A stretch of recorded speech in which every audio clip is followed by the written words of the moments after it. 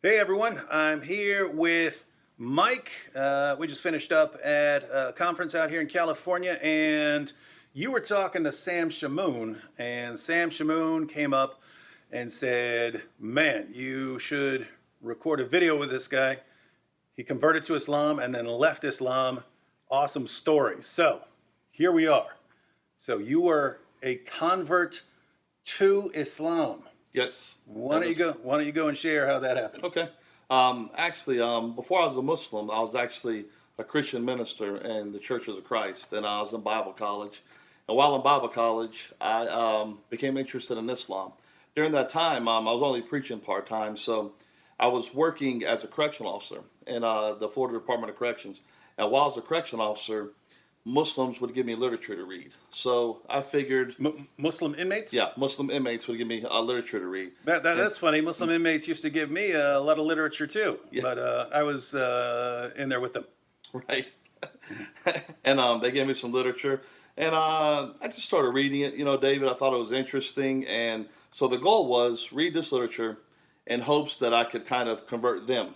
As I started reading this literature, there was this one book called A Muslim Christian Dialogue.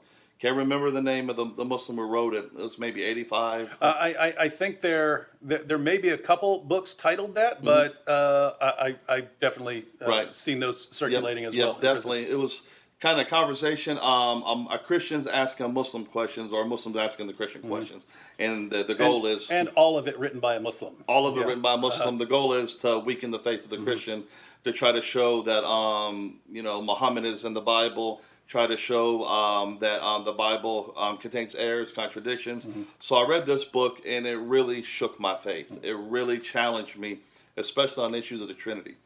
And I started really questioning my faith. I started reading books on alleged scientific miracles of the Quran. I started reading books on alleged prophecies of Muhammad in the Bible.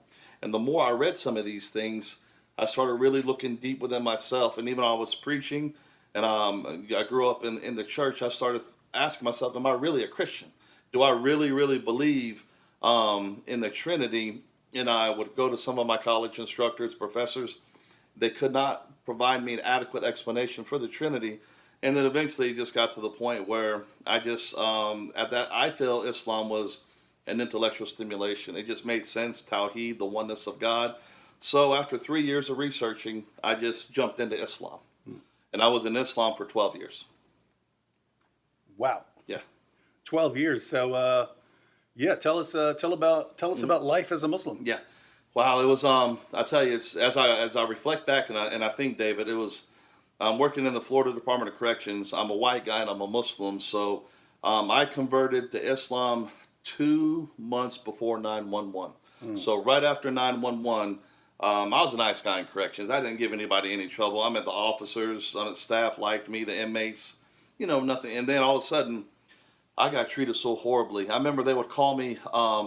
My last name's Westerfield, so they would call me Osama bin Westerfield. They would say, "Hey, Mike." Who would call you that? The officers. Oh wow. Hey, Mike. Can I get a ride on your camel? I forgot my car. That's messed Stuff up. like that. Yeah, it was. It was. So they weren't holding back. No, it was like really. It was really tough, but that didn't stop me. I would make my salat, my prayers at work. So my goal, I wanted to be a scholar, or at the least a dahi, or a caller to Allah, and that was my goal. So I started attending classes at an Islamic university called American Open University, and it was like an extension of Al-Azhar University. Learned how to read the Quran pretty good in Arabic, or Quranic Arabiya, and I was a Muslim chaplain for a while. So to me, Muhammad was the last prophet. He was spoken of in the Bible. He was foretold. At that time, I believed the Gospel of Barnabas was the Injil. Wow. Yeah, Gospel of Barnabas. Yep, studied up under M.A. Yusuf, who was the scholar in America on the Gospel of Barnabas. He wrote a book called The Dead Sea Scrolls, Gospel of Barnabas, the New Testament. He was my mentor. He was like a spiritual father. So I just believed this was the Injil. So David, over time, it caused some problems probably in my marriage somewhat.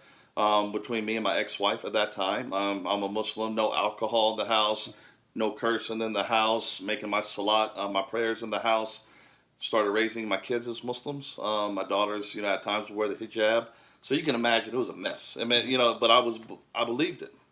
And this was something that I just, I firmly believed. The deeper I got into it, I started noticing some inconsistencies. I started watching some of your videos. I started reading articles by Sam Shamoun. I started going to Answering Islam website because something in my heart just told me something is wrong. The more I prayed, the more I fasted during Ramadan, the more I did what I needed to do as a Muslim, I just was not feeling peace. The only thing I was really liking about Islam over the years was the brotherhood and the ritualism. So I just remember just feeling something, questioning, is Jesus the Son of God? I mean, I knew apologetics before I became a Muslim, but it was all head knowledge. I didn't have a relationship with God through the Holy Spirit. But I would start wondering, what if he is really God? And and I started watching some videos by Lee Strobel. I mean, I was a mess. I just felt this pull to Christ, but I was trying to fight it. Christian music would come on the radio, and I would feel it in my heart would move, and I would turn off the radio. I'm like, man, I'm not having this crap. And this is just something's wrong here. Muslims do not think about Jesus. Muslims do not cry thinking that Jesus, may have died on the cross. Just Muslims don't do that.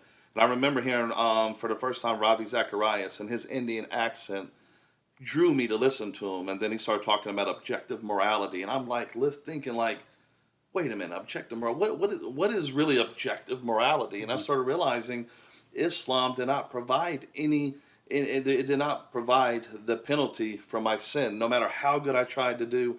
And I just started feeling that void grow more and more. No matter how much I read to stay away from Christianity, I kept feeling a pull. But I had this allegiance to Muhammad. I did not want to deny or denounce Islam, and I can't explain it. And it was just a strong pull. So I'll start writing these articles to kind of convince myself, and I'll put them in the letters to the editor in my local newspaper. Well, Joe Carey of Radical Truth ended up somehow, he found my article online and he wrote a rebuttal. And I didn't like that. But what he was saying was I wrote an article on the peace of Islam. So I contacted him, and we became friends. And he was answering a lot of my questions, but he just kind of felt over some time, maybe you need to talk to an ex-Muslim, And so he introduced me to Abdul Murray, who was with Embrace the Truth International. I think it was Aletheia International at that time. Embrace the Truth. So I had many hours on the phone with Abdul Murray. It's the first time I had an opportunity to talk to an ex-Muslim and really, really just share my feelings. And I just was back, David, I was going back and forth between Islam and Christianity. My Muslim friends thought I was going crazy. They're like, what's the matter with this guy? I mean, some of them actually paid for my undergraduate education. They had plans on me becoming a dahi, and all of a sudden now I'm wavering back. It's going back and forth. So I embraced Christ in 2009, and I felt the Holy Spirit. I felt this power, and I cried. I just cannot stop crying and weeping, but I just feared becoming a Christian, leaving Muhammad, as crazy as that sounds. I just felt I couldn't abandon Muhammad, and I just left that church at that time, and I just continued talking to Abdul Murray, and I said, listen, Abdul, I'm going back into Islam. I appreciate everything you've done. And then he said, Mike, can I pray for you? And I was like, out of respect for that brother, I said, sure, no problem. And he prayed for me. Well, a couple of nights later, I made Isha, my night prayer, and I went to sleep. And I had this powerful dream where it was like, I was thinking of the Levitical priesthood, messianic prophecies in the Old Testament, and I was thinking, how come Allah did not discuss these things? If Aaron is a prophet and Moses is a prophet, how come it just glossed over Solomon's temple? How come it glossed over the the high priest and the sacrificial system? How come it glossed over these things? What's wrong here? And this Hebrew man appeared in my dream, and I looked, and I just looked him in the eyes, and I was like, this is Jesus. And he just looked at me in these brown piercing eyes, no smile, just a look. And I get emotional sometimes talking about it, but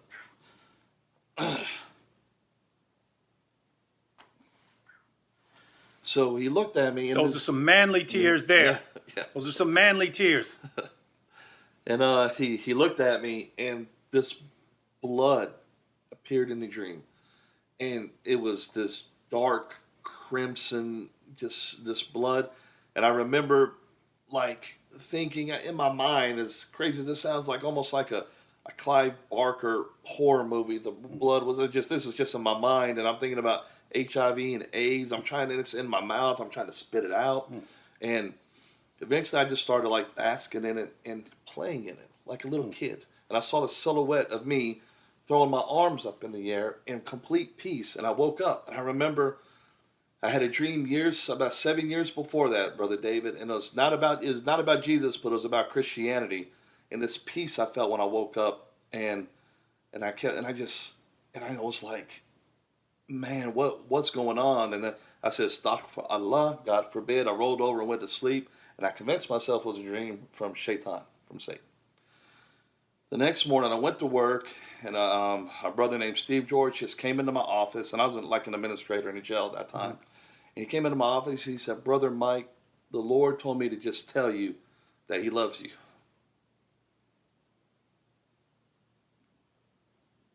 Those some manly tears there. So that dream came back to me, and it was just like the same thing over again. So I cried then. I had my head down. I told the staff to shut the blinders because inmates were watching, and it was like, and I just, so I contacted Abdul Murray, and it was maybe the next night, and I told him what happened, and he was like, whoa. He said, when did this happen again? And I said, it was this night, and what happened? And he was like, wow, Mike. He said, I was with Josh McDowell in a conference in Orlando, and we went to Applebee's. And I told Josh McDowell your story and how intellectually you were just fighting Jesus. And he said, Josh McDowell said, let's pray to the Lord and ask him to appear to Mike in a dream. And I was like, David, I was like shocked, man. Brother, I was like, whoa. And then Josh McDowell and Abdul Murray sent me this little video. It was really cool. And but it's still, I fought Jesus for maybe a year and a half after that. Around 2013, January 26th, I just couldn't take it anymore. And I just got on my knees and accepted him as my Lord and Savior. And since then, I went and I got a master's in Christian studies, got a couple of master's degrees. I already had a graduate degree then.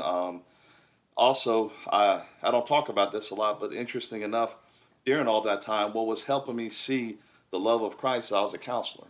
And I was seeing inmates getting freed of their addictions through Jesus Christ in the jail, and they were leaving jail and staying clean.